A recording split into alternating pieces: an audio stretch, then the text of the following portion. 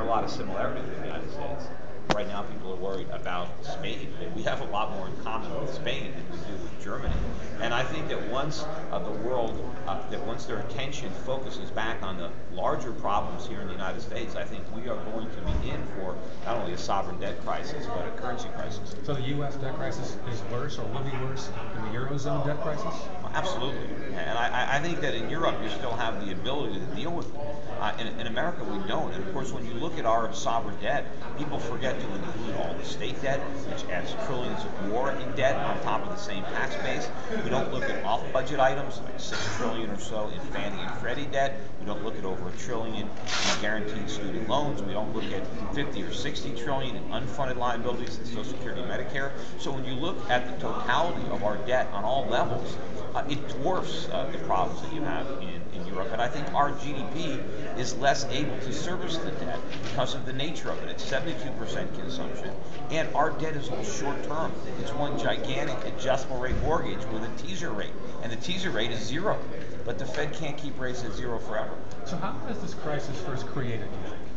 Well, you have to go way back. I mean, I think probably the beginning of it maybe is in 1971 when we went off the gold standard. Or maybe you can go back even further and blame it on the New Deal. But there are a lot of ways that we have chipped away at the freedoms that the founding fathers initially gave this country. But I think moving away from real money to fiat money, that is the real root of the evil. The reason that we were able to get so screwed up, the reason we were able to borrow so much money, the reason our economy was transformed from an investment and production and savings economy to this gigantic debt bubble of consumption and big government is because of paper money. And because the dollar became the world's reserve currency, we were able to keep this scheme going for a lot longer than any other nation historically was able to do. But just like every bubble, it is going to burst. We cannot continue this indefinitely, and I think all the signs are there that we are, nearing the end of this unfortunate experiment. And how can it be solved in a nutshell? Well, you can't solve it. What you have to do is abandon it. We have to go back to sound money, where money has intrinsic value, where interest rates are determined by the free market, not by a central planning agency called the Fed. I mean, we determine interest rates in America the way the Soviet Union used to determine the price of bread. Well, it doesn't work.